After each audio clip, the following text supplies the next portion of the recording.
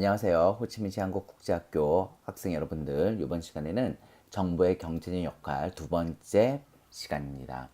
자, 지난 시간까지 우리는 정부의 경제적 역할 네 가지를 배웠어요. 시장 경쟁을 촉진하기 위해서 공정거래를 할 수 있게 만들고요.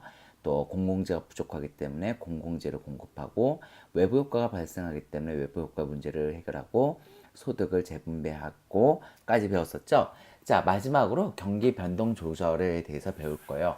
경기 변동이라고 하는 것은 경제 상황이 좋아졌다가 나빠졌다 하는 것인데, 이때 너무 이 변동이 크게 되면 국민들이 어려움을 겪게 돼요. 이것을 해결하기 위한 것이 바로 정부의 경기 변동 조절, 경기 안정 정책입니다.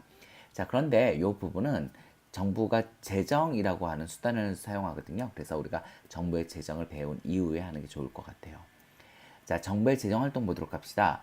정부와 중앙정부와 지방정부가 수행하는 경제활동 우리는 재정이라 불러요. 가계는 무엇의 주체죠? 소비의 주체. 기업은요? 생산의 주체. 그렇다면 정부는 무엇의 주체일까요? 바로 그렇습니다. 재정의 주체라고 얘기를 합니다.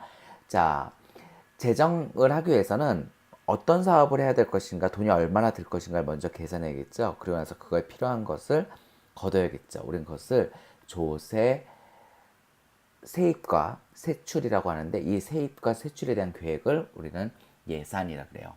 그리고 정부가 조세를 수입으로 얻는 거, 요거 끝에 거 세자와 입자를 합치는 것을 세입이라고 하고, 이것은 정부가 지출하기 위해 필요한 수입이고요. 자, 반대로 세출, 정부 조세 지출은 정부가 사업을 하기 위해서 나가는 것이 세출이라고 합니다. 이 세입과 세출로서 하는 경제 활동을 재정이라고 부르는 거죠.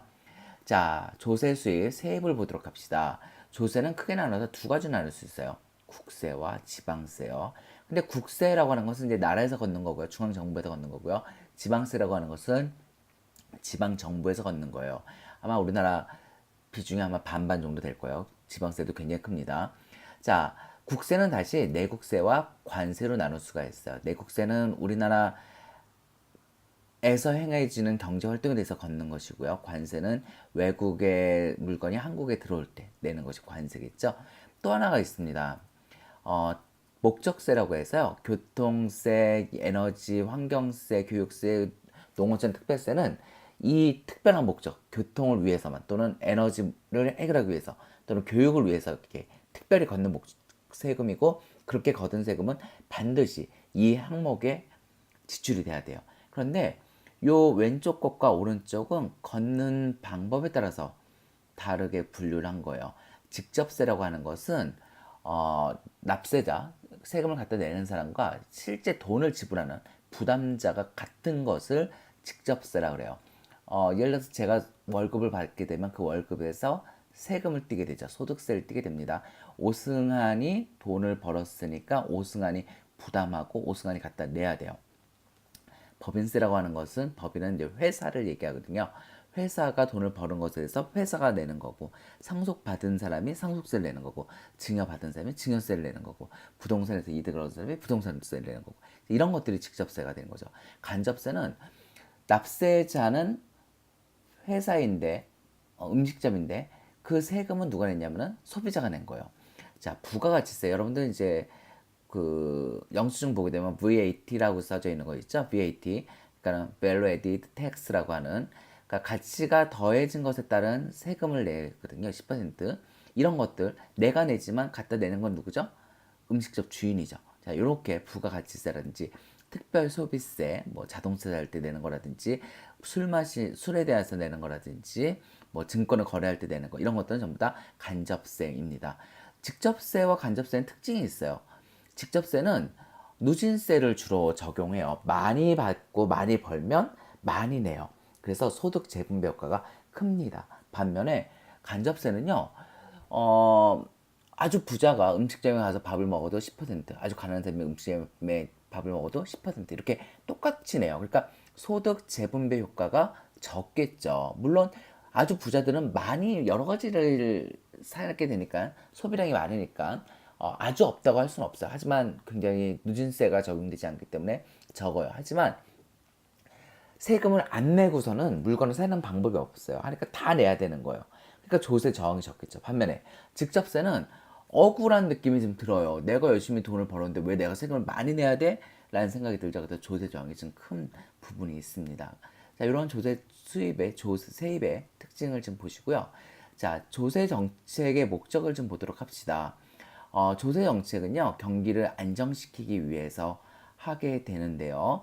자, 세율을 증가하거나 감소함으로써 경기를 좋게 만들 수 있고 경기를 이렇게 안정시킬 수 있어요.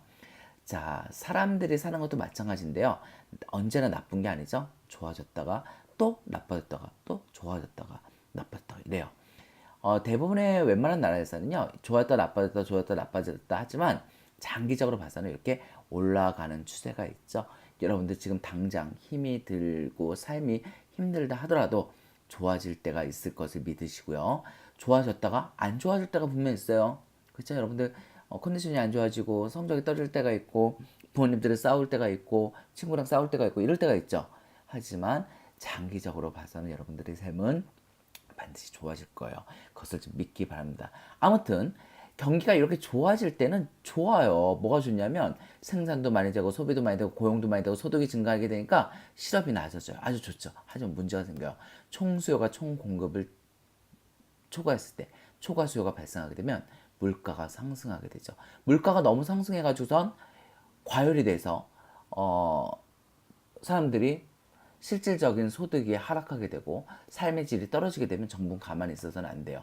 경기가 과열될 때는 어떤 방법으로든 해결을 해야 되는데 두 가지 방법이 있겠죠. 하나는 정부가 소비나 투자를 감소하게 하는 방법이에요. 그러기 위해서는 어때요? 기업이 투자를 하지 못하기 위해서는 법인세를 올린다던가 소비를 못하게 하기 위해서는 소득세를 올린다던가 이런 방법이 있겠죠. 또요. 정부가 지출을 감소하는 방법도 있어요. 자, 그러기 위해서는 세입을 증가시키고 세출을 감소합니다. 세입을 증가시키기 위해서는 세율을 높이고요. 세출을 감소하기 위해서는 세율을 낮추고요. 아니죠. 세출을 감소하기 위해서는 정부의 지출을 낮추고요. 이러다 보게 되면은 어떻게 돼요? 흑자를 보겠죠? 나가는 것은 적은데 들어오는 것은 많으니까 남는 장사를 했죠. 우리는 그럴 때 긴축 재정을 했다 그렇게 얘기해요. 자, 다시요. 경기가 과열될 때는 흑자 재정 또는 긴축 재정을 하게 됩니다. 어떻게 해요? 세금은 많이 걷고 세출은 줄이죠. 반면에요. 자, 경기가 안 좋아질 때는 생산, 소비, 고용, 소득이 감소해요. 반면에 좋은 건 있어요. 물가가 하락해요. 하지만 정말 안 좋은 것은 뭐냐면은 실업이 높아진다는 거죠. 자, 이럴 때 해결하기 위해서는 경기가 침체될 때는 소비와 투자를 확대하기 위해서 세입을 감소해요. 어떻게 해요? 세율을 낮추는 거죠. 자, 그래서 소득이 많고 또 이윤이 많아서 소비와 투자가 확대될 수 있도록 만들죠. 반면에 정부의 지출은 감소시키죠. 그렇게 함으로써 세출을 증가시키게 됩니다. 그렇게 되면 어떻게 돼요? 자, 적자 재정을 보게 되고 그런 것을 우리는 확장 재정이라고 얘기해요. 이렇게 정부가 정부의 지출을 늘리는 돈으로 소비하게 만들고 또 소득을 늘려줌으로써 소비하게 만들고 이렇게 함으로써 경기 침체에서 벗어날 수 있도록 하는 것이죠. 우리 이런 것을 경기 안정화 정책이라고 합니다. 이것이 바로 조세 정책의 중요한 목적이에요. 또 하나의 목적은요. 자원이 효율적으로 배분되도록 해요. 예를 들어서 개별 소비세 인하 혜택이 종료된 7월 개별 소비세 인하라고 하는 것이 뭐죠? 자동차를 살 때 내야 되는 세금이에요. 세금을 인하했었나 봐요. 왜요? 많이 팔라고요. 그럼 무슨 정책을 사용했겠어요? 적자 정책을 사용했겠죠. 세금은 적게 하고 지출을 늘리는 그런 정책을 아마 사용했을 것 같아요. 근데 개별 소비세를 인하했더니 이제 이번에는 무슨 문제가 발생해요? 물건이 잘 안 팔려요. 그래서 새로운 전기차 등등의 보조금을 지원하는 자동차에 관심을 갖게 만드는 거예요. 자, 이렇게 친환경 차를 사게 되면 개별 소비세, 부가가치세, 취득세, 교육세 등등은 7%를 감면 혜택을 해준대요. 그럼 뭐 싸니까 어떻게 되겠어요? 일반 차를 사려고 했던 사람들이 친환경 차를 사려고 하겠죠. 그렇게 되면 어떻게 될까요? 그렇죠.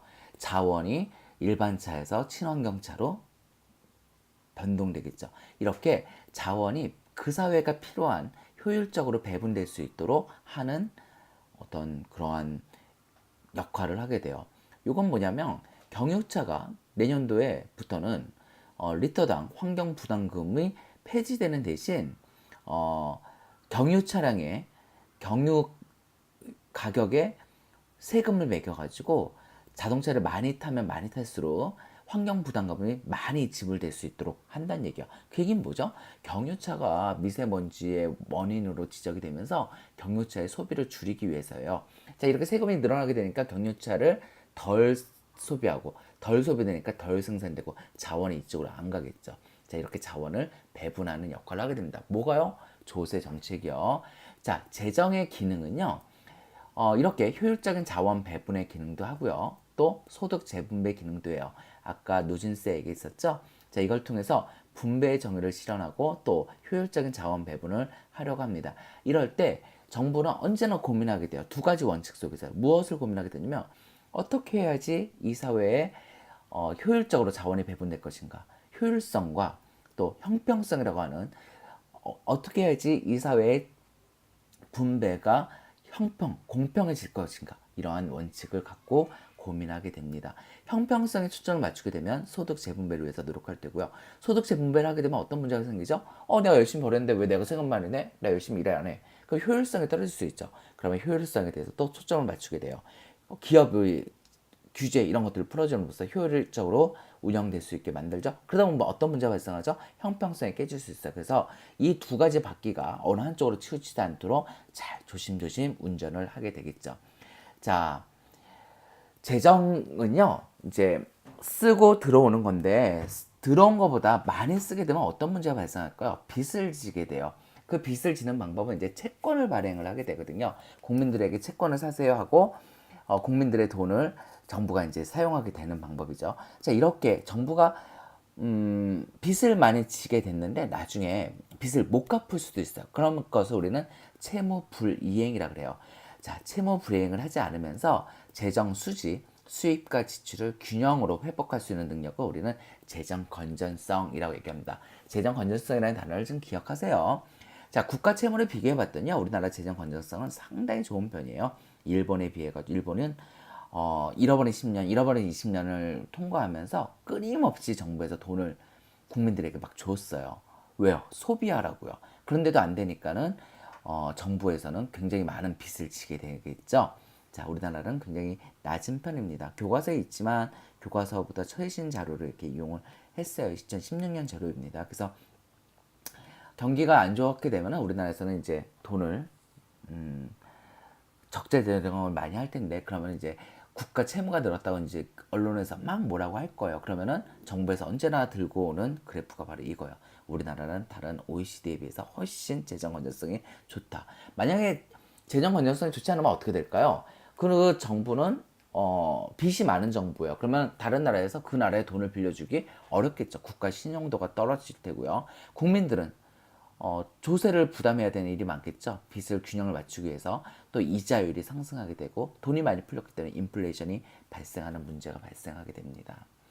자, 그렇기 때문에 재정은 잘 굴러갈 수 있도록 국민들이 언제나 감시해야 돼요. 하지만 실제 재정 활동을 하는 것은 행정부, 정부인데요. 국회에서 견제하기가 굉장히 어렵고요.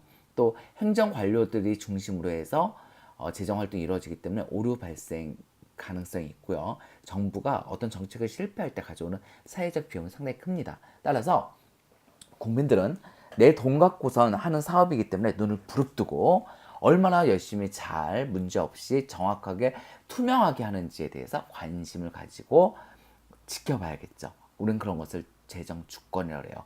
재정 주권을 가진 국민이 자신의 의견을 예산 과정에서 반영하도록 하고 결산 과정에서 허투루 쓴 것이 없는지 감시할 필요가 있습니다. 이것을 위해서는 NGO, 비정부 조직이나 시민단체들의 시민 참여 확대가 필요하죠.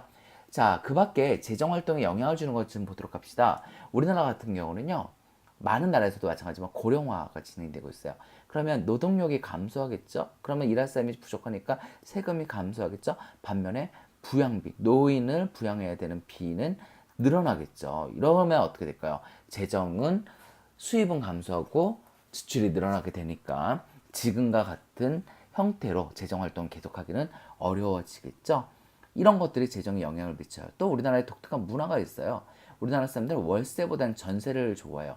전세라고 하는 것은 한번 전세금을 내면 2년 동안 사는 것이 보장되는 것이죠. 따라서 정부에서 월세 아파트를 만들고 싶어도 사람들이 전세 아파트만 들어가려고 하니까 월 전세형 아파트 임대주택을 재정 투입을 해서 시행한다던가, 우리나라 사람들은 너무 교육열이 높아요. 그러다 보니까 막대한 예산을, 다른 나라의 선진국도 많이 넣죠. 아무튼 막대한 예산을 교육부에 투입하는 그러한 측면이 있습니다. 이런 것들을 봤을 때 문화 또는 고령화라고 하는 인구적인 특성, 이런 것들이 재정활동에 영향을 미친다고 볼 수 있습니다. 여기까지 하겠습니다. 수고 많이 하셨습니다.